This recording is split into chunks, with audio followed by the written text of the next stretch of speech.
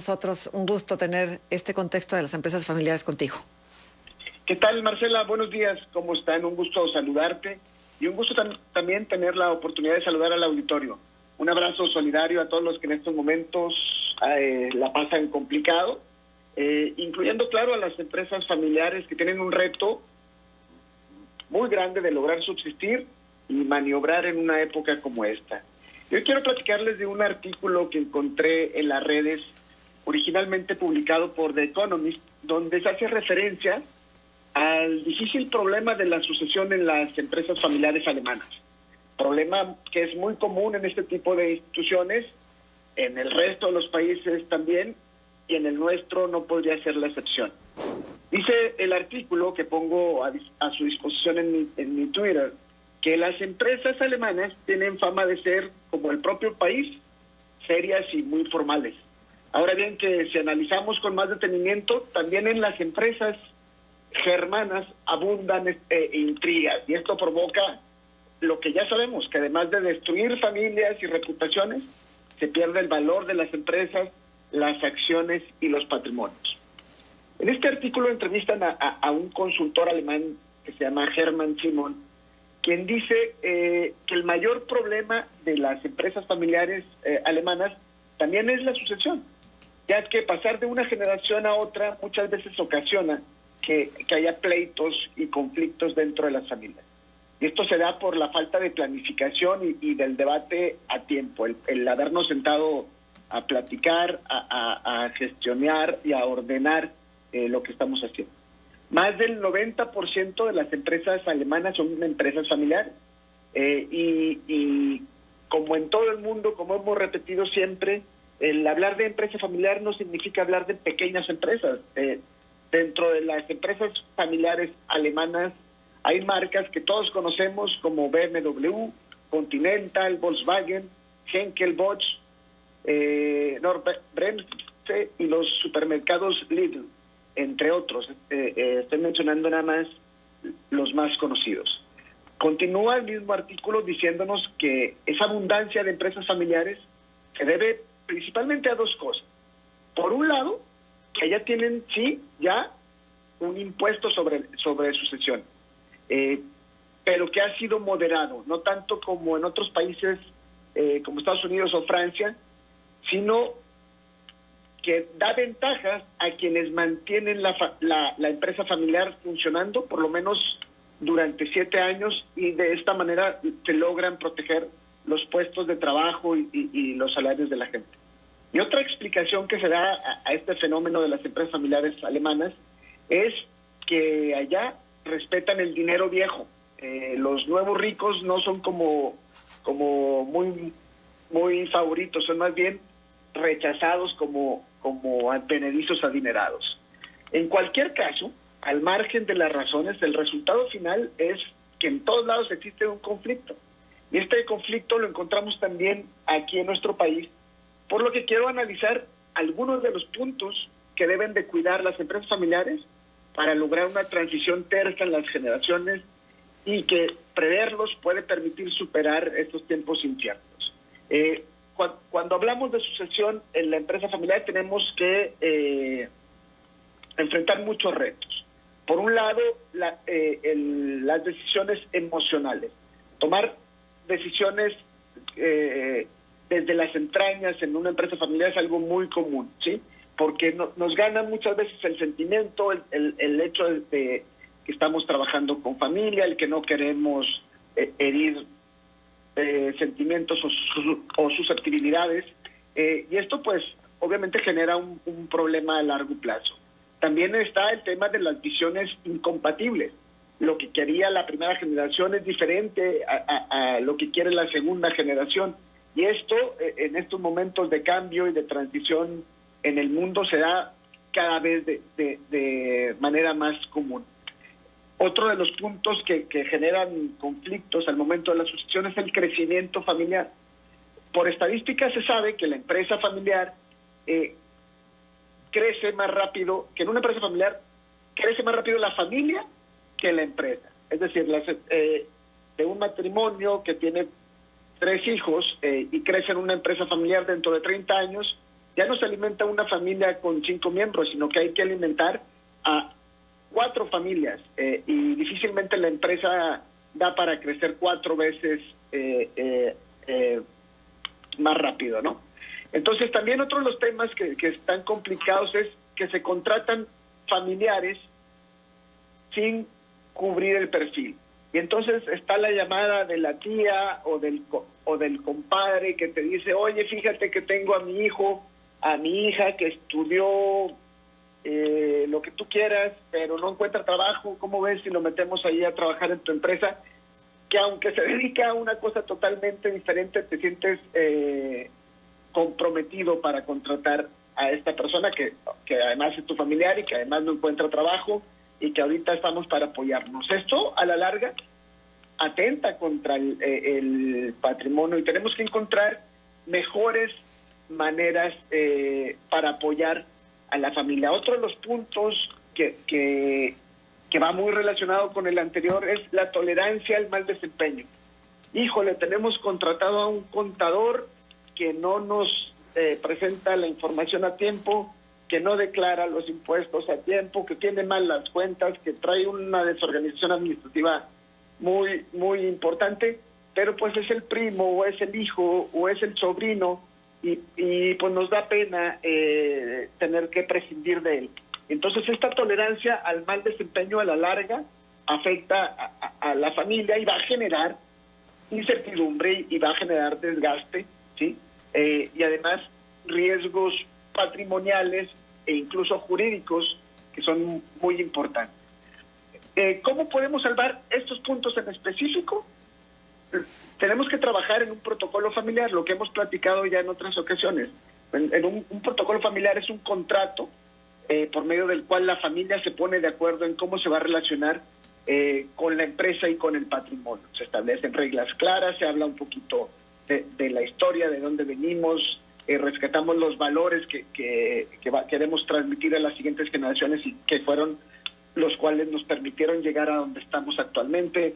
Vamos a poner las reglas de propiedad, de control de la empresa, vamos a establecer de manera clara a quién queremos tomando decisiones en la empresa, ya sea como director general o tomando decisiones en un consejo de administración. Todos estos puntos de riesgo que acabamos de mencionar los salvamos a través de un protocolo. Pero hay otras cosas que debemos de también poner atención, como el desinterés de una nueva generación. Ahorita cada vez recibo más llamadas de clientes, de amigos que me dicen, oye, ¿sabes qué? Mis hijos, la siguiente generación, la familia, ya no le interesa continuar con el negocio que tenemos. ¿Qué podemos hacer? ¿A quién le vamos a pasar la familia? Tenemos que vender, tenemos que transformarnos.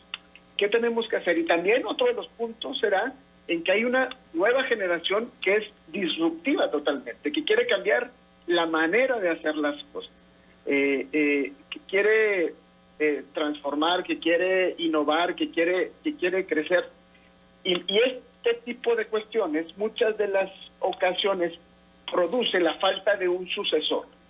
No hay un sucesor a quien el fundador pueda decirle, aquí está la estafeta, agárrala y continúa tú corriendo, ¿no? Y esto nos lleva a que el decaimiento del ánimo y la falta de organización nos lleve a una pérdida de competitividad en la empresa, porque ya no hay las ideas frescas, ya no tenemos el mismo ímpetu por crecer. Y estos son otros de los puntos que provocan y producen un riesgo importante en la manera de traspasar la empresa de una generación a otra. Y estos puntos que acabo de mencionar, podemos salvarlos a través de la implementación de un gobierno corporativo, ¿sí? Un gobierno corporativo en el cual no necesitas que haya un familiar tuyo dirigiendo la empresa. Tú puedes contratar un director externo, puedes armar un consejo de administración profesional y puedes guiar de esta manera los destinos de tu empresa sin necesidad de que forzosamente participe un miembro de tu familia en la dirección, en la operación o en el consejo, ¿sí? Podemos profesionalizar eso de tal manera que la empresa familiar continúe, que el patrimonio no se vea afectado y que de esta manera tu empresa logre un cierto grado de institucionalización. Pero antes de soltar de esta manera el trabajo de la empresa, a nivel de dueños tenemos que trabajar en un enfoque estratégico. ¿Cuál va a ser la estrategia, la visión, la misión? ¿Dónde queremos estar en 5 años? Para que ya que tengamos este plan estratégico y estos indicadores de seguimiento, los presentemos en el Consejo de Administración y sea este plan estratégico la guía con la cual el Consejo de Administración empiece a trabajar y a supervisar la operación. Y de esta manera empezamos ya a trabajar y a integrar un gobierno corporativo adecuado, y quedaría un último punto que es importante, que es el control financiero de la empresa. El tener información financiera suficiente, veraz, que nos permita conocer y tomar decisiones del día a día de la empresa, que nos evite la pérdida de rentabilidad o los riesgos fiscales a los cuales podemos llegar. Yo creo que todo esto debemos de atenderlo de manera muy seria. El control financiero, y más en épocas como las que vivimos, pues nos presentan muchos retos que tenemos que afrontar. Y entonces, ya que tenemos estos elementos, podemos guiar el negocio y las decisiones estratégicas con consejeros con un perfil idóneo. Podemos tener soluciones, acuerdos y reglas familiares que se formalizan en los estatutos y en la documentación de la empresa. Podemos decir que tenemos un rumbo y una estrategia en la empresa familiar, y tenemos la información financiera adecuada que permite tener transparencia y claridad entre todos los miembros de la familia, que es algo que nos va a quitar muchísimos conflictos y muchos dolores de cabeza a largo plazo. Oye, todo esto que nos estás diciendo son reglas elementales para la sobrevivencia, ¿eh? De veras, claro. Que ojalá que todas las empresas familiares pequeñitas, medianitas, grandes, hicieran este checklist y lo tuvieran ahí presente en el refrigerador, en el escritorio, en el pizarrón de la empresa, donde lo veas, porque me parece que es elemental todo lo que nos has dicho.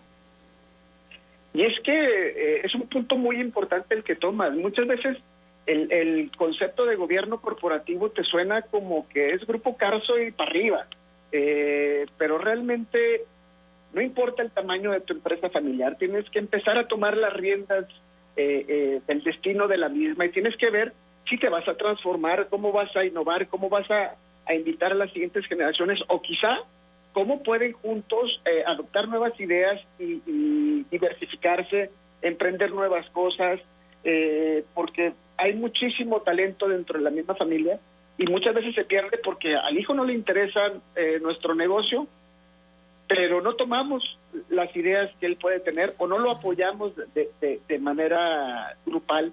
Ajá. Tendremos que cambiar el chip, y esto es una frase que ya se vuelve muy común cada vez más, de cambiar de ser una empresa familiar a ser una familia de empresarios. Es diferente. No podemos quedarnos como empresa familiar. Tenemos que transformarnos, porque en eso se nos va la vida.